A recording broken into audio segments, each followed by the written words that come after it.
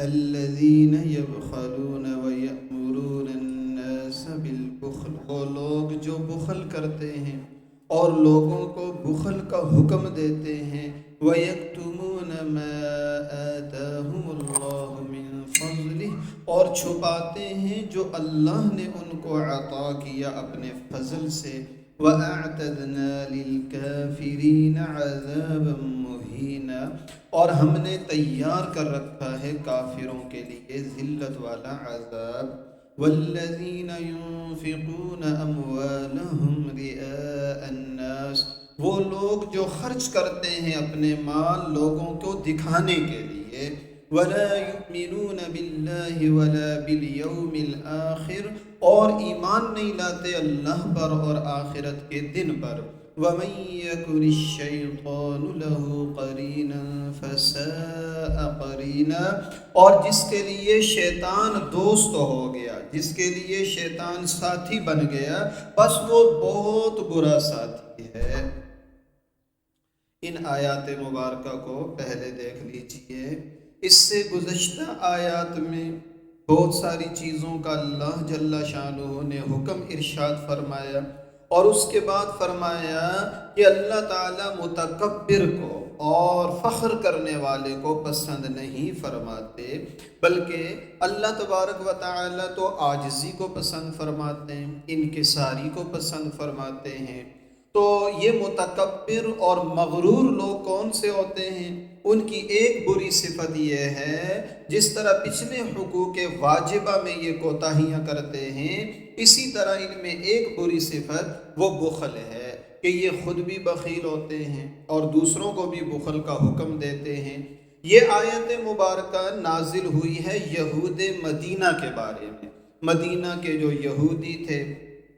اللہ نے ان کو مال عطا کیا تھا، گویا معیشت پر ان کا قبضہ تھا یہودیوں کا، اور یہ انتہائی درجے کے مغرور بھی تھے، متکبر بھی تھے اور کنجوس بھی تھے، مال خرچ کرنے میں انتہائی بخل کرتے تھے، اور جو اللہ نے آسمانی کتابوں میں اتارا تھا، تورات میں، انجیل میں، زبور میں، اس کو بھی چھپاتے تھے۔ اللہ رب العزت نے ان کی مذمت میں یہ آیات مبارکہ اتاری ہیں، اور ان کی مذمت میں بالخصوص، اور جو بھی ان بری صفات کو اپنائے گا، ان بری صفات کا حامل ہوگا، اس کے لیے بھی یہ آیات جو ہیں ایک وعید ہیں، ایک مذمت ہیں۔ تو گویا کہ اس آیت کریمہ میں دو چیزوں کا بیان ہو گیا، اس آیت کریمہ میں گویا دو چیزوں کا بیان ہو گیا، ایک بخل بالمال ہوتا ہے اور ایک بخل بالعلم ہوتا ہے۔ علم کے اندر بخیلی کرنا اور مال کے اندر بخیلی کرنا۔ جو آدمی حقوق واجبہ جہاں خرچ کرنا اس پر فرض ہے، جہاں خرچ کرنا اس کے لیے واجب ہے، وہاں خرچ نہیں کرتا تو اس کو بخیل کہا جاتا ہے، اور جو چیزیں بتانے کی ہیں اور لوگوں کو ضرورت ہے اس علم کی اور وہ آگے نہیں بتاتا تو وہ علم کے اندر گویا کہ بخیل ہو گیا۔ تو بخل بالعلم ہو یا بخل بالمال ہو، اللہ رب العزت کو دونوں پسند نہیں ہیں۔ اس کے مقابلے میں اللہ رب العزت نے اور نبی کریم صلی اللہ علیہ وسلم نے خرچ کرنے کی فضیلتیں بیان کی ہیں۔ چنانچہ حضرت ابو ہریرہ رضی اللہ تعالیٰ عنہ سے روایت ہے کہ نبی کریم صلی اللہ علیہ وسلم نے ارشاد فرمایا، ہر صبح کے وقت دو فرشتے نازل ہوتے ہیں، ان میں سے ایک یہ کہتا ہے، اے اللہ بھلائی کے راستے میں خرچ کرنے والے کو اچھا عوض عطا فرما، اور دوسرا کہتا ہے، اے اللہ بخیل کے مال و دولت کو تباہی سے ہمکنار کر۔ یعنی اللہ کے راستے میں دینے والے کو اور بھی زیادہ دیا جاتا ہے، اور بخل کرنے والے کا پہلا مال بھی وہ ختم ہو جاتا ہے، وہ بے برکت ہو جاتا ہے۔ اور ایک روایت میں ہے، نبی کریم صلی اللہ علیہ وسلم نے حضرت اسما سے فرمایا اے اسما خیر کے راستے میں خرچ کیا کرو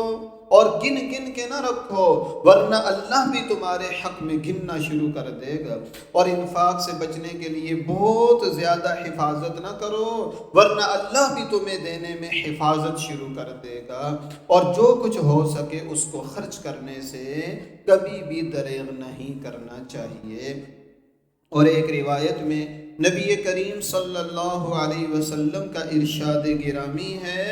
کہ سخی اللہ کے بھی قریب ہے، جنت سے بھی قریب ہے، اور لوگوں سے بھی قریب ہے، اور جہنم سے دور ہے۔ اس کے مقابلے میں جو بخیل ہے وہ جنت سے بھی دور، اللہ سے بھی دور، لوگوں سے بھی دور، اور جہنم کے قریب ہے۔ ایک روایت میں پیارے آقا صلی اللہ علیہ وسلم نے ارشاد فرمایا، دو عادتیں کسی مومن میں جمع نہیں ہوتی ہیں، دو عادتیں، بخل اور بد اخلاق۔ مومن بخیل اور بد اخلاق نہیں ہو سکتا۔ تو یہ آیات مبارکہ یہ بتا رہی ہیں کہ ہمیں بخل نہیں کرنا چاہیے، چاہے علم کے اندر ہو اور چاہے مال کے اندر ہو۔ اور دیکھیے اللہ جل شانہ کو ہمارے مال کی مقدار نہیں چاہیے، اللہ جل شانہ کو جذبہ چاہیے۔ تو امیر اپنی امارت کے مطابق اور غریب اپنی غربت کے مطابق کچھ نہ کچھ اللہ کے راستے میں خرچ کرے۔ بہت سارے لوگوں کو، بچوں کو، بچیوں کو ہم نے دیکھا چلتے چلتے مسجد میں 10 روپے ڈال دیے، 20 روپے ڈال دیے۔ دیکھیے آج کل ان کا خرچ کرنا ایک معمولی بات شمار ہوتا ہے، لیکن ہمارے ہاں عام طور پر اللہ معاف فرمائے بچوں کو کھانے کے لیے تو پیسے فراہم ہو جاتے ہیں، گھر کی دیگر ضروریات کے لیے، لیکن دین پہ خرچ کرتے ہوئے ہم جھجک محسوس کرتے ہیں۔ تو 10-20 بھی ہوں لیکن خرچ کرنے میں اپنا نام ضرور شامل کرنا ہے۔ اور جو آدمی خرچ کرتا ہے اللہ تبارک و تعالیٰ اس کو بڑا دل عطا فرماتے ہیں، اس کو اللہ تعالیٰ خوب عطا فرماتے ہیں۔ بخل کے بارے میں جو علم میں بخیلی ہے نا، وہ اس کو سمجھنا چاہیے جس طرح سرگوشی منع ہے۔ قرآن پاک میں جا بجا سرگوشی کرنے سے منع کیا گیا، مگر یہ کہ سرگوشی صدقے کی ہو یا نیکی کی ہو یا اسی طرح لوگوں کے درمیان صلح کے لیے ہو تو اچھی بات ہے۔ اور اسی طرح پیارے آقا نے فرمایا کہ 3 آدمی ہوں تو 2 سرگوشی نہ کریں کیونکہ تیسرا پریشان ہوگا۔ لیکن بعض چیزیں ہوتی ہیں وہ اس سے ہٹ کر ہوتی ہیں نا، جیسے 2 آدمی کسی عالم کے پاس چلے گئے، دارالفتہ میں چلے گئے، ایک نے اپنا ذاتی مسئلہ بتانا ہے تو ظاہر بات ہے وہ اس عالم سے قریب ہو کر کان میں سرگوشی سے اپنا مسئلہ پوچھ سکتا ہے۔ اسی طرح ڈاکٹر کے پاس ایک آدمی چلا گیا مریض تو وہ دوسرے سے ہٹ کر اس کو اپنا مسئلہ بتا سکتا ہے۔ تو دیکھو سرگوشی منع ہے عام حالات میں، اس سے ساتھی تیسرے کو پریشانی ہوتی ہے، لیکن بعض جگہوں پر ایسا ماحول ہوتا ہے صدر مجلس سے بات کرنی ہے، کوئی مسئلہ پوچھنا ہے، کوئی اپنی بیماری بتانی ہے، تو اس میں پھر سرگوشی منع نہیں ہوتی ہے۔ اسی طرح علم چھپانا منع ہے، لیکن بعض مسائل لوگ برائے عمل نہیں پوچھتے ہیں، برائے علم نہیں پوچھتے ہیں، بلکہ برائے فتنہ پوچھتے ہیں۔ تو عالم کو زیرک بھی ہونا چاہیے اور باریک بین بھی ہونا چاہیے، اللہ تعالیٰ سے مدد بھی مانگنی چاہیے، اور ایسا مسئلہ جس سے لوگ فتنہ کھڑا کریں گے اس کے خلاف تو وہ نہ بتائے،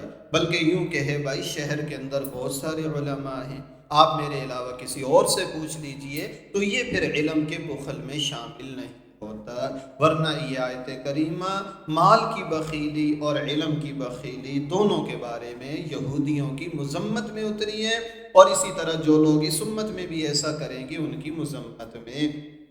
اگلی جو آیت مبارکہ ہے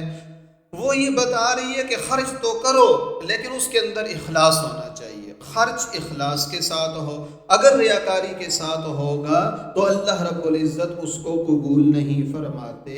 تو جو بھی عمل ہو وہ خالص اللہ کی رضا کے لیے ہو۔ حضرت ابو ہریرہ رضی اللہ تعالیٰ عنہ روایت فرماتے ہیں کہ نبی کریم صلی اللہ علیہ وسلم نے فرمایا کہ اللہ جل شانہ فرماتے ہیں میں شرک سے بالکل بے نیاز ہوں. جو شخص کوئی نیک عمل کرتا ہے اور اس میں میرے ساتھ کسی دوسرے کو بھی شریک ٹھہراتا ہے تو میں اس کے عمل کو شریکی کے لیے چھوڑ دیتا ہوں اور اس عمل کرنے والے کو بھی چھوڑ دیتا ہوں، اس کا بدلہ میں نہیں دیتا.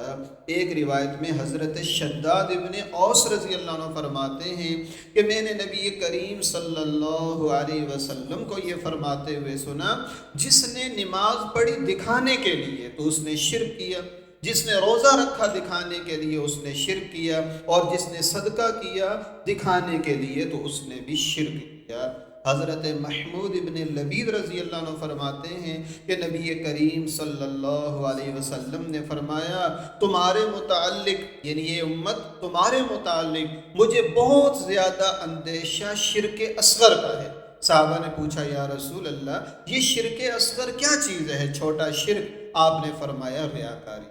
یہ ریاکاری ہے. اور ایک روایت میں ہے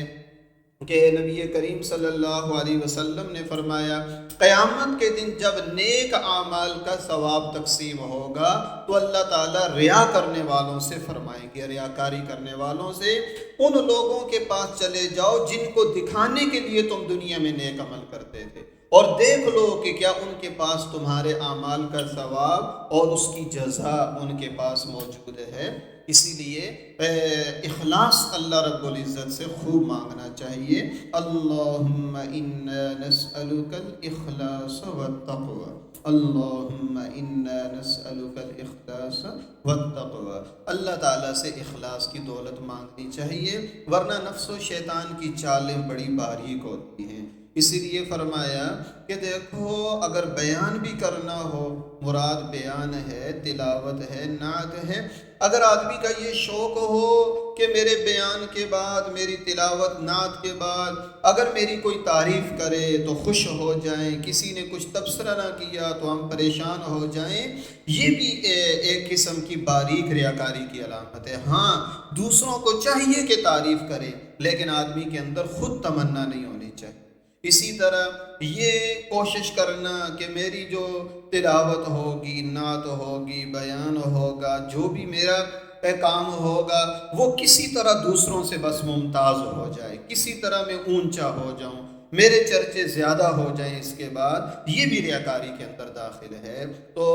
اس لیے جو بھی کام ہو محض اللہ جل شانہ کی رضا کے لیے.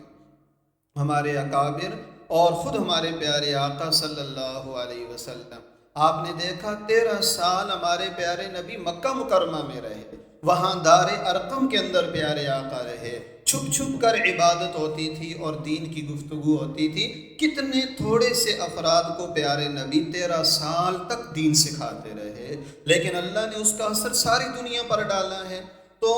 اس چیز کا تعلق، قبولیت کا تعلق بڑے مجمع کے ساتھ نہیں ہوتا ہے. حضرت تھانوی رحمۃ اللہ علیہ کے بارے میں لکھا ہے کہ دیکھو 20-25 آدمیوں کو حضرت 3-3 گھنٹے واعظ فرماتے تھے، اور اگر ہماری تو یہ عادت ہو گئی ہے نعوذ باللہ عام طور پر کہ مجمع بڑا نہ ہو تو طبیعت بیان کو چاہتی نہیں ہے، ہم پریشان ہو جاتے ہیں کہ لوگ ہی نہیں ہیں تو ہم بیان کیسے کریں، شرمندہ ہو جاتے ہیں. نہیں، 2 آدمی ہوں، 5 ہوں، 10 ہوں، 100 ہوں، 1000 ہوں، لاکھوں میں ہوں، ہمارا کام تو اللہ کی بات اللہ کے بندوں تک اخلاص سے پہنچانا ہے. تو اللہ تعالیٰ کثرت بھی عطا فرمائے، لیکن اس طرح اپنے عمل کی ہم نے حفاظت کر دی ہے، کسی بھی ذریعے سے ہمارے عمل کے اندر ریاکاری شامل نہ ہو، اور اخلاص کے ساتھ تھوڑا سا عمل بھی اللہ کے ہاں بہت بڑا رائی کا دانہ گویا پہاڑ بن جاتا ہے، اور ریاکاری کے ساتھ پہاڑوں جیسے اعمال وہ اللہ کے ہاں ذرے اور رائی کی بھی حیثیت نہیں رکھتے ہیں. اسی لیے تو صحابہ کرام رضوان اللہ علیہم اجمعین کے بارے میں فرمایا کہ میرے صحابہ کو برا بھلا مت کہو، کیونکہ اگر تم میں سے کوئی احد پہاڑ کے برابر بھی صدقہ کرے تو میرے صحابی کی کسی ایک صحابی نے جو 1 ساع یا آدھا ساع جو اس نے صدقہ کیے ہیں وہ اس کے برابر بھی نہیں ہو سکتے، کیونکہ جو اخلاص اللہ نے صحابہ کرام کو عطا فرمایا تھا وہ بعد والوں کو نصیب نہیں ہو سکتا. اسی لیے فرماتے ہیں اخلاص والوں کی 2 رکعت نماز غیر اخلاص والوں کی لاکھوں رکعات سے زیادہ بہتر ہے، کیونکہ جو وزن ان 2 رکعت کا لگے گا وہ اس کی لاکھوں کی رکعت کا نہیں لگ سکتا جب ان کے اندر اخلاص اعلیٰ درجے کا نہ ہو۔ تو اسی طرح ہم خرچ بھی کریں، تھوڑا سا خرچ کریں۔ ایک صحابی تشریف لائے نا، منافقین تنگ کرتے تھے، کسی نے بہت زیادہ دیا تو کہا یہ ریاکار ہے۔ ایک صحابی نے ساری رات مزدوری کی، تھوڑی سی کھجوریں لا کر پیش کی غزوہ تبوک میں، تو منافق ہنسنے لگے کہ اس سے کیسر و کسرا فتح ہوں گے۔ پیارے آقا نے کتنی قدر فرمائی، وہ مال لے کر کھجوریں سارے مال پر بکھیر دیں اور فرمایا ان کی برکت سے اللہ سارے مال میں برکت۔ آگے فرمایا جس کا یہ جو آدمی ریاکاری کرتا ہے نا، یہ اصل میں شیطان کرواتا ہے۔ اللہ فرماتے ہیں ایک تو یہ لوگ آخرت پر اور اللہ پر ایمان نہیں رکھتے، وَمَن يَكُنِ الشَّيْطَانُ لَهُ قَرِينًا، شیطان جس کا دوست اور ساتھی بن گیا، بس